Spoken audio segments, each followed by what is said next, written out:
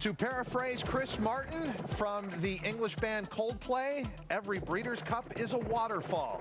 At least that's the case on this Thursday morning. And speaking of the British, there were some trainers who were not very happy with the situation here at Churchill Downs leading up to the Breeders' Cup World Thoroughbred Championships. Welcome to the works, Breeders' Cup 2011 on TVG. I'm Todd Schrupp. This was the day, the final day for preparations for 2 championship days of racing. So you can imagine the dismay when some trainers of some of the marquee foreign horses were told, you can't finish the last part of your preparations. For that story, we go to our colleagues Christina Olivares and Graham Cunningham to explain it further. Todd, you're absolutely right. This storm was not something that was unforeseen. We had it in the weather forecast for days. We knew we'd have rain all day today, and as the show has gone on, this story has certainly progressed quite a bit, Graham. But if anyone missed it in the first half of the show, take us through the timeline once more. Right about 9:15, all the chaos ensued. Exactly. 41 minutes of turf trauma for the European teams. This is Seamoon, leading turf hope for Sir Michael Stout. All's well at this point. He jogs out the gate. Everything seems fine. But a minute or two later, 9:20 to be precise, the rain begins. 9:41, the rain has set in. Officials are getting concerned about the state of the track. Here we go. Some big names from the Euro raiding party, John Gosden, Richard Hannon Jr. and Sir Michael Stout, storming the barricades, trying to get onto the turf track. Irresponsible in my view. The full facts have yet to emerge, but the officials have to lay down the law as to when horses can and cannot visit the track. They're trying to get the barrier open, but I'm afraid the officials are on the spot very quickly. It's more than my job's worth, guys, to let you in here. And you have to back the officials. They're here day in, day out. Guy in the centre there, Sir Michael Stout, letting off some steam, livid about the way things are developing. You can understand his frustration. He's got a big-name horse who wants to work for the weekend. Here come the Outriders. This is about 9:44, and there's something of a Mexican standoff developing here. Richard Hannon, centre, hands in pockets, agitated. More on him in a moment. He has not really done his reputation any great favours with 1 or 2 comments made. Sir Michael Stout turns to the right. He's beginning to get resigned to the situation now. And I think at 9:53, Sir Michael decides enough is enough. And the big, rangy, handsome Seamoon begins to walk gently back to the barn without doing the workout he needed today. He needs to clock a time in order to run this weekend. There's time for him to do that tomorrow. But Sir Michael Stout in retreat. Euros in retreat. The horse is off the track. Richard Hannon Jr. has apparently been quoted from various sources as saying that he's furious, and I don't like this quote one bit, that he thinks the Americans have treated the Europeans as second-class citizens. Have a look at the rules, Richard. When in Rome, you have to do as the Romans do. We went back to the barn and spoke with jockey Richard Hughes as well. He was aboard Strong Suit waiting to step onto the turf course.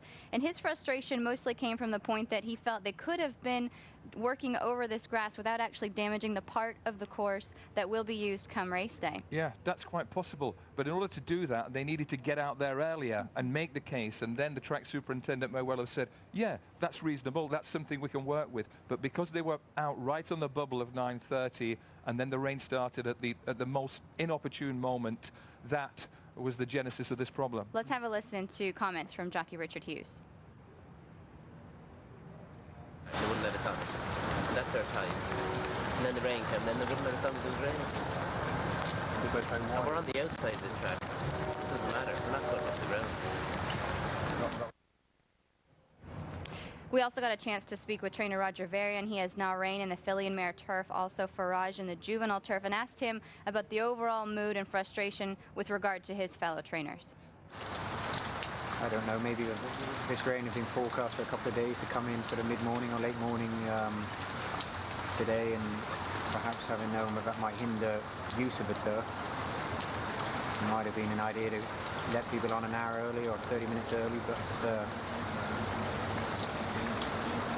you know, I guess that's a choice of the officials at Churchill Downs here, and you know, I guess everyone else has to abide by house rules, you know. Roger Varian makes the key point there in that, you know, if you were going to close the turf course, maybe allow these horses onto the course early. Now you have the problem of horses that didn't get to train fresh going back to the barn, and who knows what we see from them tomorrow morning. Exactly. Sometimes circumstances are unforeseen. But everybody knew the weather forecast today. People were warned well ahead of time. So it's regrettable. I think some of the comments are regrettable. And tomorrow, who knows, it'll all blow over. They'll get a chance to exercise and maybe tempers will cool a little. But it's not perfect. There you have 3 big-name European horses. Sea Moon in the turf, Strong Suit in the mile, Elusive Kate in the juvenile filly turf. All very fancy contenders, all hoping to exercise today, and all back in the quarantine barn, cooling the heels. Todd, certainly a developing story. We'll continue to follow it for you. And that is just one side of the story. We must present the view from the man who made this decision to not allow these horses to go onto the turf course. That is the track supervisor here, Butch Lear. Yes, first of all, I want to thank him. I put in a couple of phone calls to him this morning, and he had the courtesy to respond pretty quickly before we came on air. I mentioned about this about an hour ago. If you're just joining the show, I did talk to him personally, and he said the reason he made this decision was in the interests of safety. There were 13 horses scheduled to gallop or canter on the turf course, and there is a racing here this afternoon. All the turf races have been taken off the turf except for the Commonwealth. They are going to run our feature race this afternoon here at Churchill Downs on the grass course, and that was part of the decision in not letting these horses exercise. He also said that he spoke with the European contact, the go-between, if you will, Adrian Bowman of the IRB. He said Adrian Bowman, when he presented the statement that he was going to maybe close the turf course, he said Adrian responded that it shouldn't be a problem. So he just thought that when Adrian told the rest of the trainers it wouldn't be an issue. You saw what ensued after that. I think many of the European trainers thought they were blindsided. But he said he made his decision. It's not a popular one, but he has to stick with it. Tom, there may be a lot more details to come forward, which will result in changes. We've certainly seen that. There are some changes here at the Breeders' Cup because of an incident last year at the Breeders' Cup. You have horses here. You know the rules. Obviously, they're following the rules. But should a Thursday of Breeders' Cup week be treated differently than a Thursday during the spring meet at Churchill? Well, I think so. I think it comes down to this. Are those 13 Europeans as important as the entrants in the Commonwealth today later, which they are going to run on the grass? In my estimation, they most certainly are. This is the Breeders' Cup World Championship. So those horses have got to get their preps in. No excuses when they run Friday and Saturday. I think the turf course should have been left open, and the decision to run the Commonwealth later today or not should have been based on the condition of the turf course after those horses got a chance to prepare. One thing that I think is real important to note here also is that 9:30 is when the turf course opens for training. 9:28 is when this announcement was made. So when that horse Sea Moon went to the gate and broke from the gate and prepared to go onto the turf course for his 3/8 mile gallop, they had not yet announced that that was going to be taken off the turf. So they could have given them a little bit more warning or opened up the turf course a little earlier so that they could get on. Well, that's the other part to this. It's a communication issue. We talked about that extensively over the past year with the incident with Life at 10 in the Ladies Classic. Now here's another communication issue that maybe has arisen. Yes, and it could have been prevented for the reasons that everybody has spoken about on this panel. I've been here 10 days. There hasn't been a raindrop in the sky. Everybody on the grounds has known that rain was coming this morning. In fact, when I turned the weather on yesterday, they even said it would hit Churchill Downs at 9:15 a.m. and bar 10 or 15 minutes, they were exactly right. This whole situation could have been avoided. I respect everyone's point, but I think they could have just shut the main track earlier, let these European runners go on the turf course, and we wouldn't be sitting here debating it. Look, I mean, you can say this was the perfect storm, the way it came out, you know, and the decision had to be made quickly. But the idea behind a major event like the Breeders' Cup, and as many years we've run it, is this our 28th year, guys? Yes. Yeah, 28 years. The perfect storm shouldn't be a factor. They should be prepared for anything that can happen as it comes from preparing these horses. They should be prepared today to make a proper decision. Obviously, the Europeans don't think we did. A major storyline heading in, and don't forget, one of the big parts of this, Sea Moon still has to have a timed workout, a horse who's not raced in 44 days. Something you can follow here on TVG. Let's get back into the racing action. One of the 15 championship races will be the Grey Goose Breeders' Cup Juvenile. And since it is here at Churchill Downs, you always think, well, is this the horse we will see on the first Saturday in May next year? In this race, Union Rags is a solid favorite at 2-1 in the morning line. It certainly looked great in the mornings as well. The Grey Goose Breeders' Cup Juvenile, I would think, looking at this field, certainly seems to be deeper than last year. Uncle Mo was a scintillating winner, but I think this is a deeper field when you look at what was in his wake last year and what Union Rags is up against. Creative Cause is the best 2-year-old out of California, but he had a very anxious moment on the racetrack this morning. And take a look at this. Creative Cause being led by the pony. Look at that right there. Kicked in an area that we call the hock. Let's slow it down and see exactly what happens. As I watched this earlier this morning, ponies should be bomb-proof. They should be like police horses, able to handle anything. But I think the rider's stirrup just tickles the pony on the side there by the flanks, and he goes ahead and kicks him right in the hock. This is a big, big problem, I think. Although went back to the barn, there was no injury of a mark or anything like that. The skin wasn't broken, Tom. I think this is a really serious problem or a worry for Mike Harrington for the next 24 hours in case this thing blows up overnight. We're going to see if Creative Cause goes to the track tomorrow. That's the first thing. And if indeed he does go to the track, you see he's wearing 4 bandages, 4 polos. Those polos or bandages should be marked evenly on each leg if indeed he's hitting the ground correctly, as he should be after getting kicked in the left hind leg. We can only hope this is like stubbing your toe. It hurts really, really badly for a few seconds and then goes away. Yeah, you know, exactly. He's moving good there. He's moving. Now, I understand that, you know, a lot of times it's like playing basketball and spraining your ankle. It's the next morning that it hurts the worst. That's exactly. We need to see how he looks tomorrow morning, and that could be a big, big issue. This would have been story number 1, if not for the rain and everything that happened with the chaos with European horses leading to the Breeders' Cup. Creative Cause, something we are following in the Grey Goose Breeders' Cup Juvenile. Take Charge Indy. Talking about a horse that's bred in the purple. He's by AP Indy out of the great race mare, Take Charge Lady. We have not seen this work until now. October 30th here at Churchill Downs, a half mile. Jimmy Graham up. Trained by Pat Burnu, who won this race back with Horse of the Year, Favorite Trick, back in 1997. Got a well-bred horse here, and he's got a good individual on the racetrack as well. This is a very, very nice work. A horse who's really reaching out for the ground, got a nice way of going, and I think looks very, very well. And an important work, Simon, because Take Charge Indy has never run in the dirt before, so it's real key to see if he gets over the ground good. His mom, second in the Kentucky Oaks on the dirt. So what we're looking at here, Donna, in my opinion, is one of the better works that we saw today. He's sure getting over the ground well. Absolutely. Bred to go long, built to go long, and his 3 races have all been on synthetic. This is the first time we've seen him on the dirt. He handles it really well and stands to improve from his synthetic form on the dirt. Wearing blinkers, which they were put on him in his last race. AAA across the board here. 3 A grades from us on the set. Take Charge Indy working a half mile and 48-1, preparing for the Grey Goose Breeders' Cup Juvenile. Then there's the Grey Goose Breeders' Cup Juvenile Fillies. And we take a look at the field that is entered here, starting with My Miss Aurelia. You look at the morning line. My Miss Aurelia is the 5-2 morning line choice, and then a couple of horses at 4-1, both Grace Hall and We Miss Frankie. My Miss Aurelia working a half mile back on Halloween. Let's take a look at that effort. Yeah, this is a very, very good work from My Miss Aurelia. Typical Steve Asmussen work. You see, slow to the pole. That's why the filly's shaking her head, because the rider's trying to restrain her, not let her get away too quickly. She's obviously a very talented racehorse. She's undefeated, so she could really get away from the rider here, and they just want to get around there in one piece. But this is one of the best works of the week for me, and she'll be one of the shortest prices on the card. Maybe a shade aggressive when she left the pole, Simon, but comes back to the rider nicely and is getting over the ground very, very well. Is never going to be asked in this work, Donna. Wants to be asked. When she goes to the wire, those ears are just moving like you'd want one to, that's waiting for a command. Yeah, absolutely. Like you said, Simon, typical Asmussen work. This is just going to be a nice, easy work. You know, I pointed out the other day, a lot of times with his 2-year-olds especially, you'll see him work these slower works in company. She obviously needs no encouragement. She doesn't need the company. She does this easily and by herself. Says a lot for her maturity level at this point. You can just feel the power coming through the TV screen there. You know at any moment, just watching this without being there, that if the rider chirps or moves his hands, she's just going to explode and accelerate. And from everything I've heard, for those who've watched her up in New York, she's dominated winner in the Frisette, but they say you've got to see her in person. She is just a perfect physical specimen. My Miss Aurelia, one of the horses to beat in the Grey Goose Breeders' Cup Juvenile Fillies. Self-preservation has yet to win since coming to America. She was racing at some minor racetracks in Ireland, was second in the Del Mar Debutante.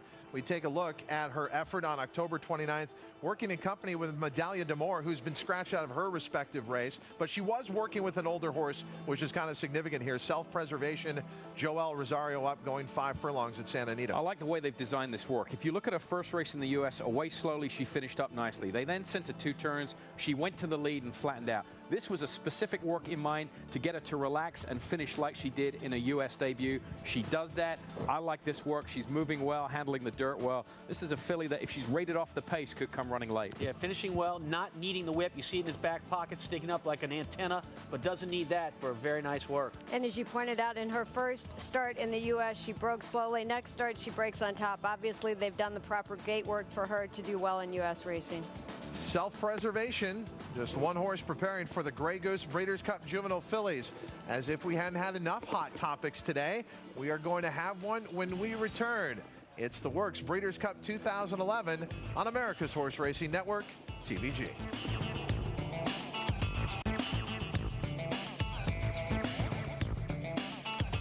TVG's The Works Breeders' Cup 2011 is brought to you by Spendthrift Farms Tisway, new to stud for 2012. Log on to spendthriftfarm.com for more information. Spendthriftfarm.com.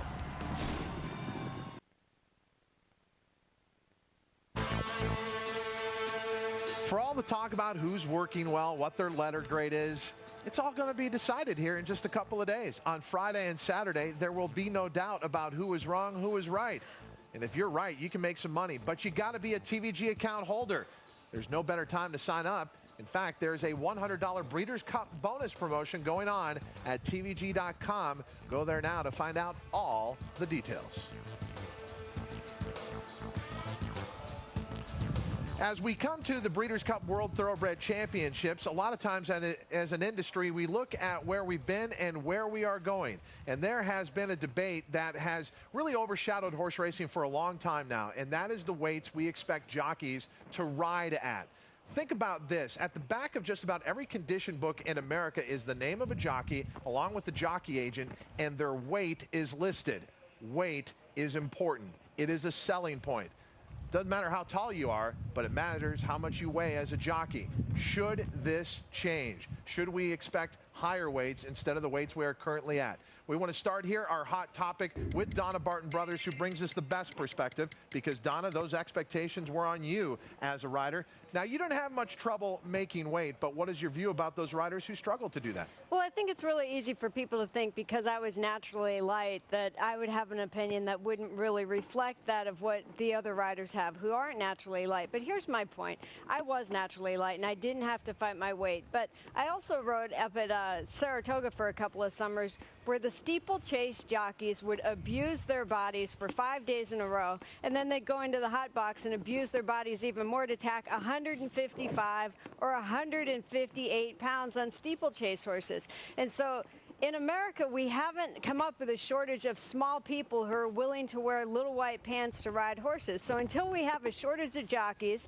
people who are small enough to do this, I don't think we need to adjust the scale of weights to make it easier for bigger people to do a small man's job, just like we don't need to lower that basketball height so that smaller people can play in the NBA. Tom, wouldn't you as a trainer benefit, though, if a rider is not having to go all out to make weight? I mean, weight's a funny thing, Todd. I mean, it's the kind of thing that, you know, no matter what the weight limits are, whether, you know, right now probably 115 or 116 pounds is the most desirable for a rider to be. 122 to 123 would be too much. If you raise those levels up, there's always going to be a group that's going to be on the fringe that can't make the weight, that's going to have to do the extremes of trying to take care of themselves. By extremes, I mean, you know, regurgitating, heaving to try to keep their weight down. The idea is to give them some information nutritionally, make them understand what they can do to keep their weight down and still eat, still have a way of doing things. Look, take football, for example. The things that are involved in football is you must be athletic, and you certainly have to have size to play. The same is true of riding horses. You must be athletic, and you have to be the right size. And then in this case, the size is the smaller size. I know in the last 100 years or so that the average size of people has increased. People are getting taller, getting bigger, but horses have not. And horses are going some 40 miles an hour with a rider in the back. The weights need to stay the same as they have been. Graham, is this even a subject that is being discussed much in Europe? It crops up every couple of years, and it's considered. They have inquiries. Scientists produce evidence. The average person's now 30 pounds heavier or so than 20, 25 years ago. I'm very happy to bow to the experience of Donna on a subject like this, but I do think there's a case for moving with the times and giving elite athletes a chance to perform at their optimum while not having to starve themselves. The science shows that jockeys are more susceptible to injury if they have to waste themselves. They're more susceptible to dehydration and depression. All these things need to be taken into account. I think a small rise might be for the better, but Donna's the expert on this, and I think she put the case very, very clearly there. Simon, you gave many a jockey a leg up when you were training. Was weight a concern for you? It was. I don't want a jockey sitting in a sweat box and being weak on the back of my horse. Like most things in racing where everybody is resistant to change. Predominant weight scale that was introduced back in 1858 is pretty much unchanged since then. That is prehistoric. The University of Chicago did a study and found that in the last 100 years, the human being has grown 3 inches taller and about 50 pounds heavier. It's just not right to make jockeys flip, as they like to say, take diuretics, take fem pills that cause the death of a couple of jockeys several years ago. I can name Emmanuel Sanchez at Colonial Downs back in 2006 was found lying in the shower after riding a race dead and comatose because he sat in the sweat box too long. It's just an absolute absurd. It's absurd, completely absurd. John Velasquez gave a perfect quote earlier the last year. He said, other pro athletes have to be bigger, stronger, faster. We have to be skinnier, lighter, and maintain our strength. I think sitting in a sweat box, and as Garrett Gomez says, he reaches to this. He goes, when I'm hungry, I have a McDonald's. Can you imagine downing one of these and then drinking a supersized Diet Coke to get it all back out of your system just so you can ride at 116 pounds rather than 118? The study in the University of Sydney down in Australia also said that horses, if they were to carry 2 or 3 pounds more, you know how much of an incidence on injury it would have? About a 0.5%. I don't think it's an issue. I think we should raise the scale of weights and stop making jockeys eat this and get rid of it 30 seconds later. Who makes jockeys eat that? Who makes jockeys eat that? Well, they're starving because they can't. And do we have a shortage of small people? Do we really have a shortage? Yeah, we do, because I think it's about education. You can teach nutrition for the jockeys to understand. Who are you, Michael Moore? Well, I mean, come on. I mean, okay, all right, okay. This is a far extreme. No, Morgan Spurlock with the McDonald's. Let's take John Velasquez, who doesn't get in the sweat box, who doesn't take diet pills, who does everything right. You know what he does? He gets up and eats half a cup of dry raisin bran in the morning, doesn't eat for another 15 hours, and then has a small piece of fish at night. That's it. That's my diet to this day. Well, that's okay. People are allowed to eat that way. No, I'm not. But some riders have 1 to 3% body fat. That is not healthy. That means your body starts attacking itself. A healthy body fat is 5-6%. If you're going to raise the weights, raise the body fat limits. What they've done in Europe as well, they've tried to have jockeys that maintain a 5% body fat minimum. You guys are. Do you believe that if they raise the weights, there won't be still a percentage of riders that has trouble making that weight? Yes, I do. There will be a small element. So what do we do about those guys? Raise it again? No, I agree. Well, what do you do? You have to raise, because the people are getting bigger. You just have to raise the weights. I agree with your point, Tom. You have to educate the people. But it's getting crazy now. It's getting crazy. I mean, you want to give horses Lasix, you want to whip horses, and now you don't want to let humans eat. Hey, I think they're going to have to raise the weights for the steeplechase horses, too. They're going to have to go up to 165 pounds for the steeplechase, because I've seen those steeplechase riders do the same stuff. So, yeah, we got to raise them all across the board then. I'm not going to let Simon raise my blood pressure. That's for sure. But I will say this. I think Simon needs some education on nutrition, as these riders would, and it would make a big difference. Well, Tom, we do have some show left, and we will be raising your blood pressure. Find out how when we return on The Works Breeders' Cup 2011.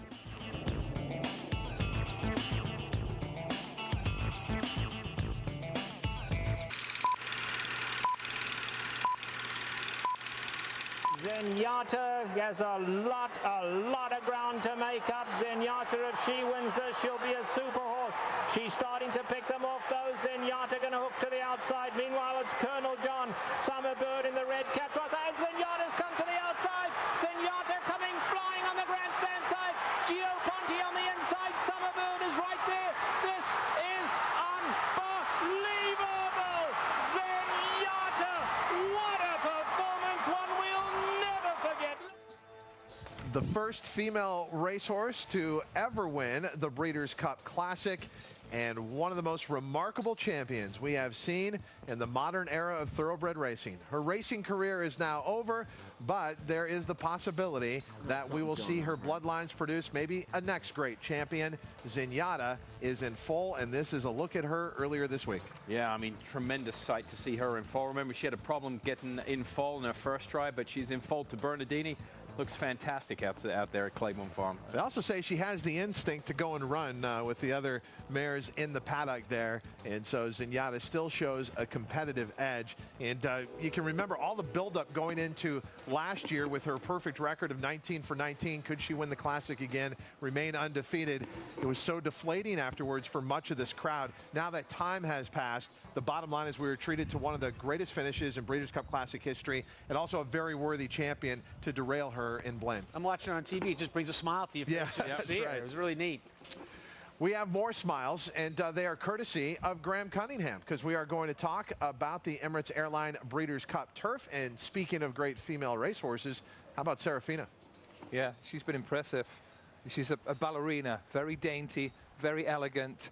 Morning Line gives her one of the leading chances. I give her one of the leading chances. Time form make her the top rated, I think. It's very tight between the Euros. Europe have dominated this race, 10 from the last 12. It's unthinkable that we won't win it again. And Serafina has been impressive. She's played second fiddle in terms of attention coming out with the French Foreign Legion, but she's gone about her business in this very, very calm, professional way. She's a high-quality filly, and the key to her performance is acceleration. She might just have the best, most potent turn of foot of any of the Euro raiders here. Hold-up filly, top-quality French filly, and if she is on your final furlong on Saturday, you could be in trouble. Midday, this is a seasoned pro. She has been out early every morning, Tom Quealy on board, and she's gone about her business in her normal, professional, competent, capable, unfussy way. And I was chatting to Prince Khalid Abdullah's racing manager, Lord Grimthorpe, and he said, we don't rate our friends. We have Seamoon and we have Midday, but Midday is a very, very special filly to Prince Khalid and everyone at Juddmonte, and he's adamant she is way better than she showed at Ascot last time when she was shuffled back in a rough race. Seamoon this morning, it's been a turbulent morning for Team Stout. He jumps out of the gate, but this was literally the calm before the storm. Rain started a few minutes after this little gate trial, and he has to work tomorrow now. The intention was to gallop him on the turf course. It wasn't to be. He has to work tomorrow, clock a time so that he can run, but he's a big, good-looking horse. His best days are definitely ahead of him. And remember, Sir Michael Stout, irritable this morning, but he's won the Breeders' Cup Turf not once, not twice, 4 times in all. Hey, before we leave you, Graham, I did want to mention Await the Dawn. It's pretty remarkable that he's even here, isn't it? We nearly lost him, was what Aidan O'Brien said this morning. He got a very, very severe bout of travel fever when he went over to York for the International Stakes. He was intended to be a classic runner. They think the turf is a more suitable target for him. St. Nicholas Abbey, what a proud moment for Aidan O'Brien. His son, Joseph, will be aboard St. Nicholas Abbey. High-quality, consistent horse, just ahead of Serafina in the Arc last time, but he got a clean shot at the Arc. Serafina got a wide trip and a bad draw. I think Serafina might have the edge over St. Nick this weekend. Let's turn our attention to a very different kind of turf race, the Breeders' Cup Turf Sprint. And there are no Europeans in this race. Can we assume it's because of the configuration here and the distance? Yeah, I think that's exactly right, because I was up on point when Regally Ready won in the Arctic up there, and Bated Breath was a very good European sprinter. I talked to Lord Grimthorpe, racing manager for Juddmonte, and he said, we're not coming to Churchill because it's 5 furlongs. We'd rather 5.5 or 6.5 at Santa Anita next year. Let's start with Havelock, and Havelock has really come to hand and is certainly going to get a lot of play. Havelock preparing for the Breeders' Cup Turf Sprint on October 30th, would be on the main track here, going a half mile. Yeah, Havelock was very impressive last time out at Keeneland for trainer Darren Miller, and I thought he's a very good-looking individual. You'll see, I think he's wearing a breastplate, if I'm not mistaken. That's that leather strap that goes around the front of his chest there. Maybe he's a narrow horse to stop the saddle from sliding back, but you can probably just see it there. You'll see it a little better when this horse comes down the stretch. This is a good work for Havelock, and Simon, you touched on the fact that the Europeans aren't coming because this race is 5/8. That is going to be the nemesis for Havelock. He won and needed every bit of ground at Keeneland when he won the Win and You're In Woodford, and he's going to have a problem with this 5/8 of a mile course because he comes from so far back. That is indeed a breastplate I'm looking at right there. So great work. I don't give it an A because at no point is the horse asked, and the work is a half-mile work. You don't know what you're going to get when you ask, but it sure looks like you get whatever you wanted if he does. I gave this work an A+ because of the fact that this is a turf horse working on the dirt. When a horse that it normally likes to go on the turf works this well over the dirt. His only race on a dirt track was here at Churchill Downs on a sloppy track where he was 7th, beaten 8 1/4 lengths. He handles the dirt beautifully over this work, and I love the way he moved. High marks for Havelock coming into the Breeders' Cup Turf Sprint. You see there, A+ from Donna Barton Brothers, B from Tom Simon giving this one an A. Your defending champion in this race is Chamberlain Bridge. What a contrast in post position draws. Last year when he won the Breeders' Cup Turf Sprint, he overcame the rail to win. Now he's got to overcome the far outside post. He's by Breeders' Cup Mile winner who stands at 3 Chimneys. I put that in there because I misspoke a few moments ago. Zenyatta is actually at 3 Chimneys, not at Claiborne. That's where her nemesis stands. So I just want to make a brief correction there. But Chamberlain Bridge with Jamie Theriault, beset by foot problems over the last couple of years, I thought was moving very well. And that, in actual fact, Tom, I think looks better this year coming into the race than he did last year. Well, this work is one of the only A+ I gave all week. And the reason is because he's covering a ton of ground throughout the work, not being asked for all that much down the lane, and really getting over the ground well. He's got a very tough post. Post 14 going 5/8 of a mile, the short run to the turn, and he's been a bad gate horse in the past, so maybe it'll help him to be the last one in the gate before he leaves the gate. His big work was on October 19th when he went in 59 flat here. The second fastest work of that was the bullet work. Second fastest work of the day was 1 minute and 4/5, 8 lengths slower. This was just a blowout. I gave it an A. Half mile 50 and 3, Chamberlain Bridge trying to win the Breeders' Cup Turf Sprint in back-to-back years. Let's stay on the turf, but take a look at the youngsters. The Breeders' Cup Juvenile Turf, take a look at the field. This is always a tough group to separate, and the morning line tells you that this is going to be difficult because your morning line favorite is 4-1 in here, and that favorite is Majestic City, who has never stepped foot on the grass, at least in a race situation. And you should also note here changes as we take a look at this field. Tequila Factor will draw in here as Gung Ho is out. That's exactly right. Okay, this is a work on October the 29th at Santa Anita of Majestic City with Garrett Gomez up. And what you're going to see here is a horse that is not very happy as he's turning for home. He's going to lug out, bear out. That is where the on-off gap is at Santa Anita. This is a horse that is veering towards the on and off gap here. And Tom, you pick it up. He makes an aggressive move towards that gap right about here. He does indeed. And look, when a horse gets rattled mentally, as he is right there, that can really change the whole circumference of the work and what he's understanding the rest of the work, Donna.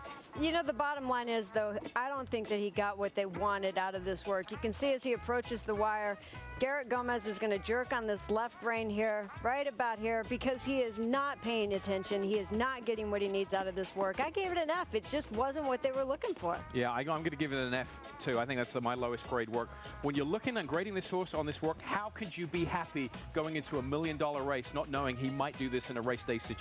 I'll say this. Physically, it looks happy. I saw him on the backside this morning here at Churchill Downs. He's always been a striking chestnut son of City Zip. He's maintained that, but yeah, you're right. Preparations, you don't win. Animal Spirits, a lot was made of what happened in the Bourbon. Some looked at his win as inherited because the horse turning for a home who had the lead and went on to victory went over the rail. But Al Stahl Jr. will tell you he's always had high hopes for Animal Spirits. He certainly has, and he's a good-looking individual. He's got a nice, relaxed running style, and he exhibits it here, Tom, because he's in company, and he doesn't get aggressive. Robbie is just sitting up there on Animal Spirits. He's down to the inside, and he can do what he wants with this horse despite being in company. Right, aggressive's not his style. That's not what he's going to do. But you're going to see right at the very end of this work, Donna, that Robbie's going to nudge on him, move his hands a little bit, and Animal Spirits responds and gets right back into the work. Yeah, I thought it was a great work. Robbie Alvarado aboard, and he's just responding exactly the way you'd want him to, and especially given the fact that, again, this is a turf horse working on the dirt. I love the way he does this, and when he won that last race, they might have said it was because of Here Comes Fraser going over the fence. Coalport, Lucky Chappie, second and third, 2 horses he's going to run against in the Breeders' Cup Juvenile. Animal Spirits, half mile 49-1, preparing for the Breeders' Cup Juvenile Turf. Part owner there, Clarovich Stables. They're also going to be in the inaugural Juvenile Sprint. Let's stay with this division, and we take a look now at Shakespeare Shalia. If you've been following the travails of us off the set here, we were shiv-mangled a couple of days ago. It was the trainer of Shakespeare Shalia, Dudna Shivmangle, infiltrating our camp down in the television compound and playing like we didn't know him, because we didn't. We didn't. I had no idea who he was, and I was out there this morning. This horse worked, and the reason why he came to the truck was because his rider got mixed up, Ramon Romero, with the instructions, and he didn't follow through with what Dudnath said to do. But despite all of that, let's talk about the work. This is a horse that's really, really impressive over this turf course. I like this horse a lot. I spoke to Dudnath when he came in the truck, Tom. I said, how would you rank this if you were going to give it a grade? He said A. I'm right there with him. I give it an A as well. You know, he won the Pilgrim, and a lot was made of the conditions of the turf course that day, a boggy turf course. They say that's why he ran so well. This is not a boggy turf course. Very similar to what he'll get, and I think he works very, very well. We've seen older horses get discombobulated working on the middle of the turf around the cones. This is a 2-year-old working by himself and couldn't be any more straightforward. A for me. Dude, I've been shiv-mangled. Don't call me dude. Do not call me dude. That's right. Do not shiv-mangle. You may have not known his name before this Breeders' Cup weekend, but you certainly might know it afterwards. He sends out the very live Shakespeare Shalia. We are going to send it to a short timeout, a look at Papa John Stadium, where the University of Louisville football team resides this time of year. We'll be back with more of the works right after this.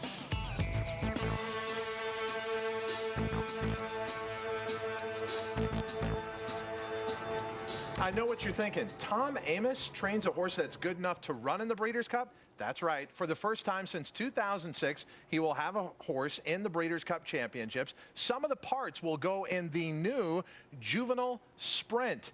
Now, it wouldn't quite be right to have Tom just analyze his horse's workout. So I called in some favors, and I want to introduce you to my friends. Cindy Jones, who with her husband Larry is preparing Havre de Grace for a big showdown in the Classic, and a man who is very busy this week, well known on this circuit, many others. Dale Romans, who won the Preakness this year with Shackelford, has him going in the Dirt Mile, Doulahan in the Juvenile, and others as well. Thanks for taking time out of your busy schedule to be here. Thanks for having us. Couldn't pass up the opportunity to critique Tom's work. I had a feeling about that. And I have to ask you guys, look, I know you guys are around Tom. You're in the same vocation. I know you like him immensely. So the thing I have to ask you is, please be objective here. Just don't be kind. You know, if you see something out here you don't particularly like in the work, I hope you're willing to say it. Is that agreement? You got it. All right, so we're going to take a look at some of the parts working on Monday here at Churchill Downs, going a half mile. Leandro Goncalves is up a half mile here. And what do you think of the early stages of this work, Dale? Looks like he's on the bit and really wanting to break off at the pole. And Cindy, we can tell a lot from the rider's body language as well, right? We can. He's got his feet in the dashboard, as we say in this business, trying to get a good hold on him. Now, when you take a look at the series of works that some of the parts has come in, you see 5 furlongs in 103 and 2. Then you see a bullet 5 furlongs. What do you think Tom is trying to accomplish here in this half mile? Looks to me like he's just wanting to get a tightener in him. He looks like a horse that can get a little bit aggressive and doesn't want him to do too much. I mean, the rider's got his hands full. He could go a whole lot faster than he's going now. Switch leads on cue, but he is really pulling the rider. So you like the way the horse is moving, but do you think the intent by the trainer might be a little bit questionable? We should be going faster in this one? I don't think so. This close to the race, I think he's getting exactly what he should have right now. I think the only way he'd look better is with a Roman saddle towel. And by the way, some of the parts is owned by Clarovich Stables, and you have a few horses for them. So now the bottom line, as you see some of the parts, completes a half mile in 49 and 3. The all-important letter grade, what will you give some of the parts? Dale. I came up here really wanting to not do this, but I'm going to have to give him an A. An A? He went awfully well. I have to give him an A. The horse did everything perfect. He's galloping out with his ears up, a very happy horse. Could have gone a lot faster if it was necessary, but it was not. What about the man? Obviously, you love the performance of some of the parts. Can you give a letter grade to Tom Amoss, just on a daily basis? I've got to give him a C, just like he gave Havre de Grace. Got to give him a C. That's fair. Cindy, you're still fair. I think he's a great TVG analyst. Well, what about me? Do I get to work? You get an A+. Oh, thank you very much. And best of luck to both of you in the Breeders' Cup. Did you want to say hello to the grandkids in Tennessee? I do. All 7 of them. Hello. We love you and we miss you. By the way, your son's got a birthday, right? Jake's 16. I don't know. This is taped on the 2nd, 16? So he's turning 16. It's unbelievable. All right. Well, best of luck the rest of the Breeders' Cup weekend. And there you have it, Tom Amoss. Your colleagues remaining objective.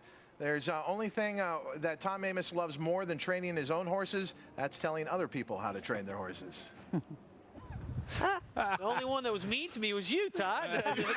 That's right.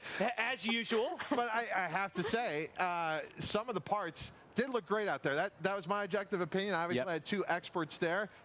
Tom, before you comment, Simon, Donna, what do you think of that work? Well, I thought the bridle was a little dirty. That could have had a big clean. I saw a piece of straw in the tail. I don't like to take my horse out to the track with straw in the tail. I don't know whether the feet were picked properly, but that's just me. But as far as the work, looked very, very good, Tom. I'm just kidding. And I have to come clean. I was the one who went to Cindy Jones and Dale Romans and said, do you want to do this? And I told him in advance, look, I've already seen the work, and the horse worked very, very well. So, yeah, I would have given him an A. Okay, so are you as happy as independent observers? I'm a lot happier now that Dale and company have the horse works well. I got a little nervous when I saw him appear on the screen. I figured, here it comes. So look at that. We got them all today. We got Cindy Jones on, Dale Romans, and Mike Rapoli up here. But again, these are just independent, what we say are objective opinions, because that's absolutely what they are. We want to call it like we see it. Nothing personal. We're just leading up to the break with the works that we have here. And let's take a look at the work one more time for some of the parts. It is a new race, a $500,000, the Juvenile Sprint, and let's pick it up as he turns for home in this work. Yeah, I mean, this is a work that Ms. Jones and Dale correctly said. Leandro is well in hand. He's a sprinter, this guy, and he wants to do more, sure, here, but we're not going to let him this close to the race. Dale points that out. I personally like the saddle towel he's wearing, by the way, Dale. And, you know, when you watch him come to the finish line, there's a lot of horse there, more to be had. And that's what we're looking for when we run on Friday. Don't forget, it's race 5 Friday, the first of the 15 Breeders' Cup races. We hope to have a good showing. You know, Cindy said something for all the people who focus on time, and it's an old racetrack axiom, but you can undo a slow workout. You can't undo a fast workout. So going too fast is not always a good thing, even if you're leading up to a sprint race. So, Tom, you certainly have taken some ribbing from all of us this week. But seriously, best of luck to you in the inaugural Juvenile Sprint. Let's take a look at the field that will line up in there. And, Tom, you freely admitted that Bob Baffert certainly has the horse to beat and is the shortest morning line favorite of all the 15 championship races. Secret Circle, 6-5 in the morning line. Yeah, he'll be the shortest price favorite of all 15 Breeders' Cup races. This is the most important of all the Breeders' Cup races because it is the end of the inaugural Pick 5, the 50-cent Pick 5 on Friday. It is the first leg of the guaranteed $750,000 Pick 6 for Friday, and it is part of the Pick 4. So this race, you pick the winner here, and you're on your way to fame and fortune. Well, at least fortune for that matter. And Secret Circle is going to be the one to beat. Let's move on to another sprint. It is the Filly and Mare Sprint, part of the Friday card. Speaking of short favorites, Turbulent Descent also rates 6-5 in here. Her Smile is the first workout we're going to take a look at in this division. Going back to October 29th here at Churchill Downs, the track was fast, a half mile for Her Smile with Annie Finney up. Yeah, I wanted to see her work because she had a coming out party in the prior race, and then 2 subsequent efforts weren't that attractive in the afternoon, but she's had a bit of a freshening. She comes out here at Churchill Downs on, as you mentioned, on October 29th, and I think she looks good. None the worse for wear for those 2 performances last time out. She's moving very well, looks good. She is. You know, Donna, when I'm watching her down the lane, I'm going to see her head move a few times. Like, she doesn't grip the track all that well. I have a feeling the track will be just fine for her in the afternoon, but she stays focused when that does indeed happen, and she sits strong against the bridle, gallops out well. You know, right there she does. She's bobbling it. I didn't love this work because I don't like all those bobbles. Granted, she does stay, but it doesn't really matter if they're not getting hold of the ground very well. And here at Churchill Downs, typically if they don't get a hold of it in the morning, they don't get a hold of it in the afternoon. I gave this work a C. I didn't love it. Her Smile, winner of the Grade 1 Prioris earlier this year back in July at Belmont Park. That stands as her lone win on the year. So a little bit of conflicting opinion here about her chances in the Breeders' Cup Filly and Mare Sprint. Golden Mystery working a half mile on Halloween, Monday, October 31st. And Robbie Alvarado would be aboard. Yeah, it's going to be a good final time. Because it was after the break. 8:41 went out. The track is never at its best then. This was the second best of 52 works at the distance that day. 47-1. I gave it an A+. Look, if you're looking for a live Filly and Mare Sprint based on works, there she is. Golden Mystery is 20-1 in the morning line, working as well as anyone coming in. This is why we have the work show, to give you insight others will not have on Friday and Saturday. We'll return with insight right after this.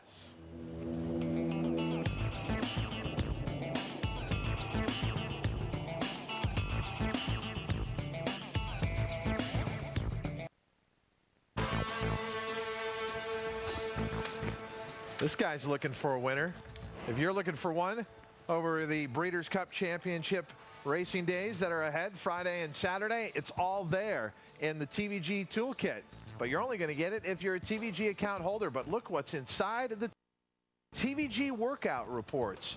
Figures, both time, form, and thorograph. Become a TVG account holder today.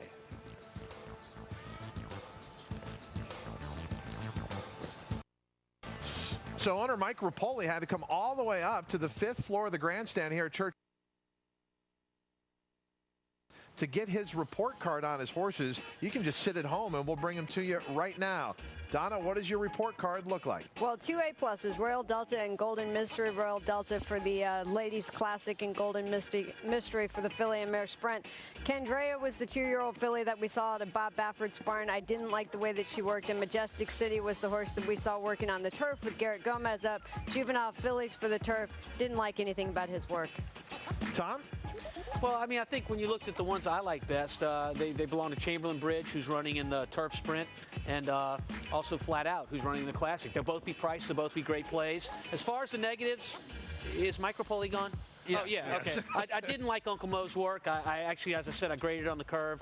I gave him a C. I don't think it was even that good. Creative Cause was one of the younger horses that was not into his work at all, and I really just didn't care for it. I will say with a caveat that he did not work well before the last race, which ended up being a very good performance for him. Getting kicked wouldn't be very good either on a report card. Yeah, never positive. Cause, all right, Simon, how judicious were you in your assessment? Well, I'm going to give you some good workouts and one really bad one. 3 A's, of course. We've been grading these works all week, and again, this is not on past performance. This is judging solely on what we see in the mornings. Flat Out an A+ for me.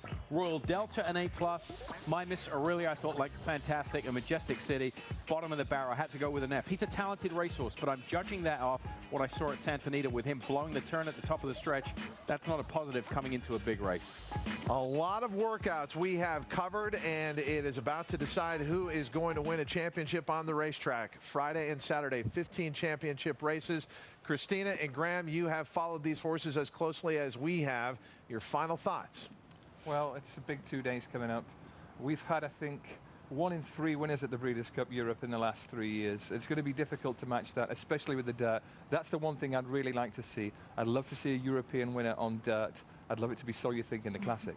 I've had a great time. It's nice to be here on the show with you guys here at Churchill, too. Obviously, the atmosphere and the excitement building to change. One horse that really stood out to me was a horse you guys showed yesterday, Perspective, for trainer Mark Cassie on the dirt here. I really like him. He's about 20-30 to 1 on the morning line, so I was very pleased to see that horse over this track.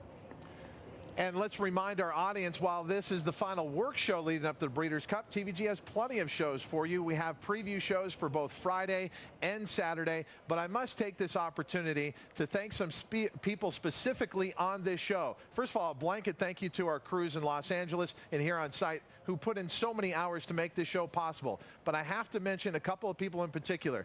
Other networks have tried work shows, but TVG was the original back in 2000, and you see a difference. The difference are the people who get up in the morning, like John Moussis and Joaquin Jaime, who make all the chaos that goes on in the morning make sense and bring you these workouts properly identified with, again, the information you need to win at the Breeders' Cup. So Joaquin and John, thank you very much. Then there is our director, Jose Colomer, who puts together the camera crew, who brings you all the sensational of Creative Cause this morning and the issue with the trainers out at the rail as well. And our director, Kevin Grigsby, on January 1st of this year, he started thinking about what we would be doing here on the Works Breeders' Cup 2011. I thank them and their tireless efforts across the board. Thank you, most of all, for making this a destination point leading up to the Breeders' Cup. It is the Works Breeders' Cup 2011 on TVG. Once again, thanks to Graham Cunningham, Christina Oliveras,